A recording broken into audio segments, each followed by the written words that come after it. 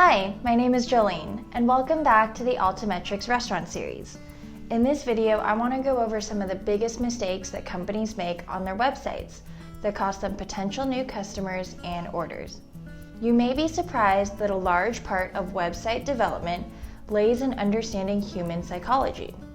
In fact, an entire job category in software development is called UX/UI design, which stands for User Experience and User Interface. This position is dedicated to designing web pages or applications that are aesthetically pleasing, easy to use, and promote the behavior that you, as the client, want from the person that's looking at your page.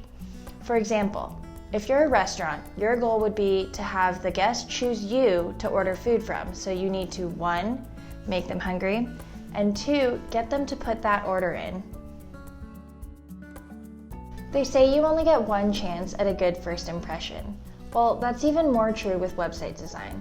People who visit your page will decide in a split second if they want to stay on your page or if it's too much work to find the information that they want, like restaurant hours or your menu. A clean, simple design will encourage the user to stay on the page because the information is easily accessible. So how do you make sure that they stay on your page? Well, the main component is that information is easy to read. That means a good contrast between the background and the words. If you have a dark background, use light words, or vice versa. If your background is a picture and there's both light and dark spots in the picture, use an opaque background or a drop shadow on your text. Make sure that the font you're using is easy to read and a large enough font. It's safe to stick with the standard text families like Avenir Next, Arial, and Calibri for more modern fonts, or Times New Roman, Georgia, or Garamond for a more traditional font.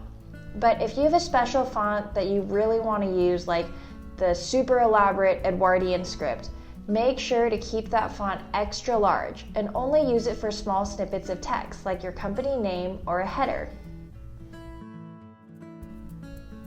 Try out different shades for any clickable links or buttons and see what people click on the most. In 2014, Google earned an extra $200 million per year by switching to a new shade of blue on advertising links that people clicked on more often. Color is a huge part of your brand, so make sure you stay consistent with branding throughout your page. Create a color palette for your web developer to use, like all of the buttons are the secondary color, and all the main background sections are this kind of white, and all the titles are this primary color. Remember that people are coming to your page for a specific reason, usually things like viewing your menu, calling your restaurant to place an order, or to view your restaurant hours and location. Make sure that this information is immediately visible. To promote online orders, Domino's has no less than 7 separate bright red buttons to order from on the first half of their homepage. This kind of button is called a CTA, or a call to action button, which can be order online or call us button. These buttons should stand out by using an eye-catching color and be a noticeable size. As a restaurant, you have an advantage over other industries because everyone loves food. I mean, we're an entire generation obsessed with taking pictures of food, so add lots of beautiful, bright photos of your food.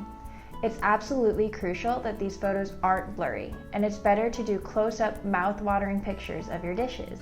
So while the photos should be a large size on your web page, make sure that the file size is not large, so nothing over 2 gigabytes maximum.